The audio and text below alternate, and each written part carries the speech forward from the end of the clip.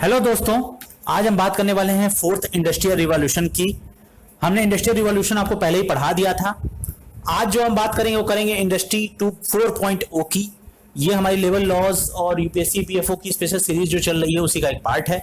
Labour laws हमने आपको labour law के बारे में एक डिफिनेशन दी थी और इंडस्ट्रियल रिवॉल्यूशन को पढ़ाया था। अब हम आपको बताएंगे इंडस्ट्रियल रिवॉल्यूशन के फोर्थ इंडस्ट्रियल रिवॉल्यूशन यानी 4.0 के बारे में भी बहुत इंपॉर्टेंट है। इसमें इंडस्ट्रीज से रिलेटेड चीजें आपको समझाई जाएंगी। तो फ्रेंड्स, हमारे साथ अभी तक बने रहिए और अगर आपने अभी तक हमारे चैनल सब्सक्राइब नहीं किया होगा तो कर लीजिएगा, जिससे इस तरह की इन्फॉर्मेटिव वीडियो मिलती रहेंगी। ईपीएफओ की जो हमारी सीरीज चली उसमें हम तेजी से अपने कोर्स को कंप्लीट करा रहे हैं। तो अगर आपने अभी तक हमारे चैनल को ज्वाइन नहीं किया है तो कर लीजिएगा और शेयर कर दीजिएगा इसे और लोगों के साथ भी, जिससे हमारी जो फ्री ईपीएफओ की प्लेलिस्ट चल रही है जो आपको यहाँ दिख जाएगी प्लेलिस्ट के सीरीज में, वो भी उसका फायदा आपके दोस्तों और आपके परिवार को भी मिल सके जो लोग ईपीएफओ का फॉर्म भरे हैं। और उससे ईपीएफओ से रिलेटेड अगर आपकी कोई क्वेरी है तो हमें कमेंट सेक्शन में आप कमेंट कर सकते हैं, हम आपको कमेंट सेक्शन में जरूर बताएंगे। तो फ्रेंड्स, चलिए अब हम फोर्थ इंडस्ट्रियल रिवॉल्यूशन को समझते हैं। देखिए, सबसे पहले हम लोग ये जानते हैं कि इंडस्ट्री 4.0 ये है क्या। देखिए फ्रेंड्स, इंडस्ट्री 4.0 को द फोर्थ इंडस्ट्रियल रिवॉल्यूशन कहा जाता है। फोर्थ इंडस्ट्रियल रिवॉल्यूशन ये देखा जाए तो ये एक अपग्रेड है किसका, थर्ड रिवॉल्यूशन का। देखिए, फर्स्ट, सेकेंड और थर्ड रिवॉल्यूशन के बाद ही फोर्थ रिवॉल्यूशन आया और फर्स्ट, सेकंड और थर्ड रिवॉल्यूशन के बारे में भी हम आपको अभी बताएंगे इसी वीडियो में।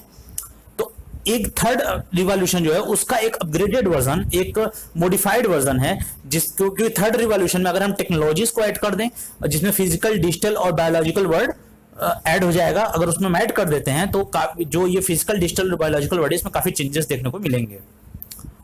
देखिए, ये इंडस्ट्री 4.0 ने क्या किया, एक नया फेज ऐड किया जो कि ट्रांसफॉर्म कर दिया entire system of production, management और गवर्नेंस को। एक तरीके को बदल दिया। एक इंडस्ट्री को रन करने का जो तरीका होता है, एक इंडस्ट्री से प्रोडक्शन का जो तरीका होता है उसको पूरी तरीके से बदल दिया। मैनेजमेंट को भी चेंज किया और साथ ही साथ गवर्नेंस को भी चेंज किया है। ये एक एडवेंट था, मतलब एक उत्पत्ति की गई थी इसमें साइबर फिजिकल सिस्टम की। साइबर फिजिकल सिस्टम जो कि बेसिकली बेस है, जिसका आधार है थर्ड इंडस्ट्रियल रिवॉल्यूशन, जो कि रिप्रेजेंट करता है एक नया रास्ता जिसमें टेक्नोलॉजी को एम्बेड किया जाता है सोसाइटी के साथ, यहां तक कि ह्यूमन बॉडीज के साथ भी उसको ऐड किया जाता है।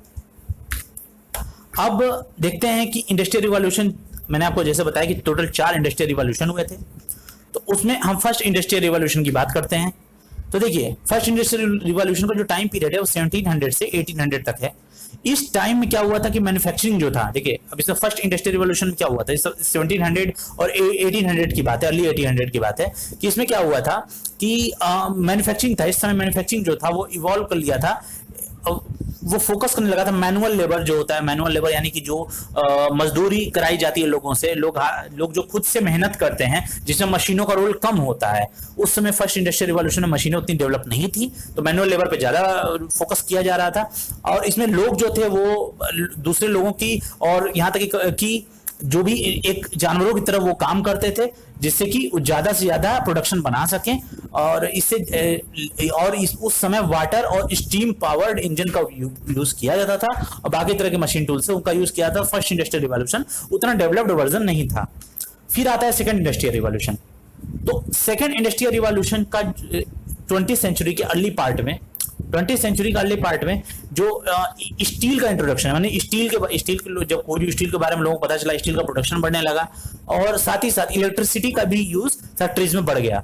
तो इससे क्या हुआ कि जैसे ही इलेक्ट्रिसिटी इंडस्ट्री में मतलब इलेक्ट्रिसिटी से काम होने लगा, बिजली से काम होने लगा, तो इससे क्या हुआ, जितने भी मैन्युफैक्चरर्स थे, जितने मालिक थे जो कि प्रोडक्शन करते थे, वो उनकी एफिशिएंसी बढ़ गई और वो ज्यादा से ज्यादा मशीन को यूज करने लगे, क्योंकि अब बिजली की उपलब्धता थी। इसलिए तो इस फेज में क्या हुआ कि जो मास प्रोडक्शन था, मास प्रोडक्शन यानी कि बड़े लेवल पे जो प्रोडक्शन होता है, उस तरह का कॉन्सेप्ट आया कि एक साथ, जैसे एक गाड़ी है तो एक साथ 10 गाड़ियों को अगर हम प्रोड्यूस कर सकते हैं, मान लीजिए एक साथ 10 गाड़ियों को प्रोड्यूस कर सकते हैं, तो उसके लिए हमें असेंबली लाइन की जरूरत पड़ेगी, जो कि फोर्ड ने किया था। ये मैं अगर आपको दिखा दूं तो ये जो आपको दिख रहा होगा इस तरह से ये मास प्रोडक्शन था। तो अब उसमें क्या हुआ कि तो ये इसमें असेंबली लाइन टोटल क्रिएट किया गया, इसमें इंट्रोड्यूस किया गया था जिससे कि प्रोडक्टिविटी को बढ़ाया जा सके। तो मास प्रोडक्शन के कॉन्सेप्ट को बढ़ाया गया और मास प्रोडक्शन जैसे मैंने आपको बताया असेंबली लाइन ये उसी तरह उसको इंट्रोड्यूस किया गया था। तो एक तरह से अगर फर्स्ट इंडस्ट्री और सेकंड इंडस्ट्रियल रिवॉल्यूशन की तुलना करें तो फर्स्ट इंडस्ट्रियल रिवॉल्यूशन डेवलप नहीं था, उसमें ज्यादातर मैनुअल लेवल पर फोकस किया जा रहा था। जो सेकंड इंडस्ट्रियल रिवॉल्यूशन था उसमें इलेक्ट्रिसिटी और स्टील ने मेजर रोल प्ले किया, जिससे असेंबली लाइन और एक बार में ज्यादा से ज्यादा प्रोडक्शन की जो स्पीड थी वो बढ़ गई।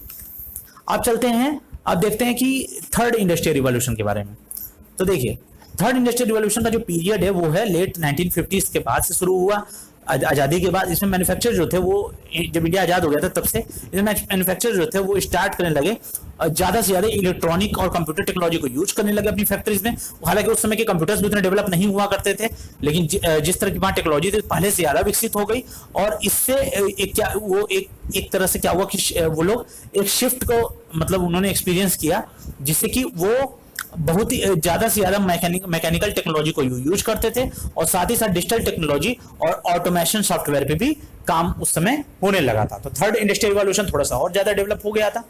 अब का फेज चल रहा है प्रेजेंट का, वो हमारा चल रहा है फोर्थ इंडस्ट्रियल रिवॉल्यूशन का।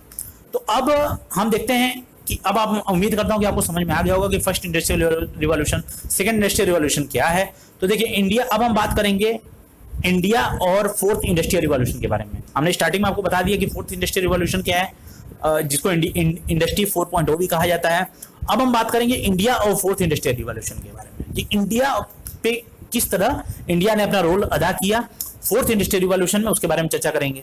तो देखिए पहले सबसे बड़ी बात यह है कि इंडिया में बहुत ही बड़ा मार्केट एक्सेस है। देखिए फोर्थ इंडस्ट्रियल रिवॉल्यूशन के फायदे क्या हैं और इंडिया से इसका क्या कनेक्शन है वो हम आपको बताते हैं।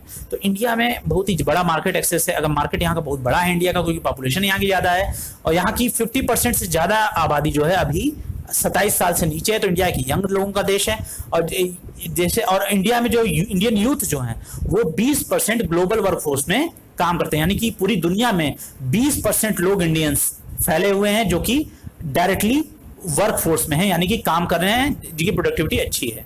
और ये 2020 का आंकड़ा अगर हम बात करें तो साथ ही साथ जो मिडिल क्लास है उसकी परचेसिंग कैपेसिटी बढ़ रही है, तो इससे उनके स्टैंडर्ड में भी सुधार हो रहा है। तो ये है। और अब अगर हम बात करें तो इसमें जो है ये अब आगे जो एक्सपेक्ट किया जा रहा है कि इंडिया जो है वो बन जाएगा 5th लार्जेस्ट कंज्यूमर मार्केट बन जाएगा आने वाले 20 सालों में। यानी 2020 चला 2040 तक इंडिया जो है 5th लार्जेस्ट कंज्यूमर मार्केट बन जाएगा। और इसीलिए जिससे कि इससे फायदा क्या होगा, किसी भी तरीके का कंजम्पशन या एंटरप्रेन्योरशिप या स्टार्टअप इंडस्ट्री जो है वो एक अपॉर्चुनिटी के तौर पे देखी जा सकती है। वो कोई भी छोटी से छोटी इंडस्ट्री है तो अगर वो इंडिया में है तो वो एक अपॉर्चुनिटी की तरह देखी जा सकती है। अब गवर्नमेंट की बात करें तो गवर्नमेंट भी अब एक्टिव हो गई है। तो गवर्नमेंट ने अब क्या क्या एफर्ट लेने लगी है कि अपने सिटीजन जितने उसके मतलब नागरिक हैं उनको एक नेशनल डेटाबेस पे ले आए, जिससे उनका एक डेटा तैयार हो, जिसे ई गवर्नेंस कहते हैं। इसमें ई गवर्नेंस को गवर्नेंस ने इंट्रोड्यूस किया, इलेक्ट्रॉनिक गवर्नेंस को, जिससे कि लोग कितने हैं हमारे देश में उनके पॉपुलेशन को हम दिखा सकें। और इसमें आधार जो है वो दुनिया का अभी वर्ल्ड का सबसे बड़ा बायोमेट्रिक डेटाबेस है। इसमें 1.2 बिलियन इंडियन रेजिडेंट जो है इनरोल ऑलरेडी हो चुके हैं। तो ये पूरा था। अब हम लोग देखते हैं आगे के बारे में कि देखिए अब आगे क्या मतलब पॉसिबिलिटी है, फोर्थ इंडस्ट्रियल रिवॉल्यूशन किस तरह आगे बढ़ रहा है। देखिए फोर्थ इंडस्ट्रियल रिवॉल्यूशन ने इसके से प्रभाव क्या पड़ा, लोगों पर क्या इंपैक्ट पड़ा वो हम देखते हैं। तो फोर्थ इंडस्ट्रियल रिवॉल्यूशन ने चेंज किया सिर्फ यही नहीं कि पीपल क्या कर रहे हैं, सिर्फ लोग क्या कर रहे हैं उसको नहीं, बल्कि वो कौन है, एक तरह से उनकी आइडेंटिटी पे इसने अफेक्ट किया है बहुत बड़ा अच्छे तरीके से। और साथ ही उनकी जो प्राइवेसी होती है, उनकी ओनरशिप, उनकी कंजम्पशन पैटर्न होता है, उनके वर्किंग आवर होता है, सब पे एक तरह से रखी जाती है। नजर रखना काफी आसान हो गया, जिससे इंडस्ट्रियों को प्रोडक्टिविटी बढ़ाने में भी काफी फायदा हुआ। और इससे स्किल्स भी, नए स्किल्स को पैदा करने और नए स्किल्स को सिखाने में भी काफी मदद मिली। और साथ ही साथ रिलेशनशिप में भी मजबूती है, क्योंकि अब लोग जैसे फेसबुक और ट्विटर और कई सोशल मीडिया के जरिए एक दूसरे से कनेक्ट कर पा रहे हैं। तो ये भी एक इंडस्ट्रियल रिवॉल्यूशन का हिस्सा है। अब अगर हम बात करें तो देखिए एक कांस्टेंट कनेक्शन लोगों के बीच में बना, लोगों के बीच में एक कांस्टेंट कनेक्शन बन गया है फेसबुक जिसमें सोशल मीडिया से, और जिससे लोग लाइफ की सबसे इंपॉर्टेंट एसेट जो है उसको क्रिएट करने के शुरू कर दिए हैं। जिससे कि वो क्या करते हैं कि वो अपने अब आप कोई भी चीजें रिकॉर्ड कर सकते हैं, टाइम को पॉज कर सकते हैं जो, और साथ ही साथ आप मीनिंगफुल कन्वर्सेशन में भी इंगेज हो सकते हैं, जिससे कि आप अपनी लाइफ को थोड़ा सा बेटर बना सकें और लोगों से ज्यादा कनेक्ट करके लोगों से कई स्किल्स एक्वायर कर सकें और लोगों से कनेक्ट करके एक नया रिलेशन एस्टेब्लिश कर सकें। तो फ्रेंड्स ये सारी चीज थी। अब मुझे समझ में आ गया होगा कि जहां तक मुझे उम्मीद है कि आपको हमारा वीडियो समझ में आ गया होगा इंडस्ट्रियल रिवॉल्यूशन 4.0 क्या है फ्रेंड्स। तो अगर अभी तक आपने चैनल को सब्सक्राइब नहीं किया है तो कर लीजिएगा फ्रेंड्स, नहीं तो इस तरह की इन्फॉर्मेटिव वीडियो मिलती रहती हैं। यूपीएससी पीएफओ में अगले वीडियो में हम आपको लेवल लॉस के ऑब्जेक्टिव और ओरिजिन के बारे में पढ़ाएंगे, साथ ही साथ हम आपको लेबर पॉलिसी के बारे में भी अगली वीडियो में बताएंगे। तो फ्रेंड्स अगर हमारी वीडियो को मिस नहीं करना चाहते हैं तो हमारे चैनल सब्सक्राइब कीजिए और बेल आइकन को भी हिट कीजिए, जिससे इस तरह की इन्फॉर्मेटिव वीडियो आपको मिल पाए। तो फ्रेंड्स अभी तक हमारे साथ चैनल पर बने रहने के लिए धन्यवाद।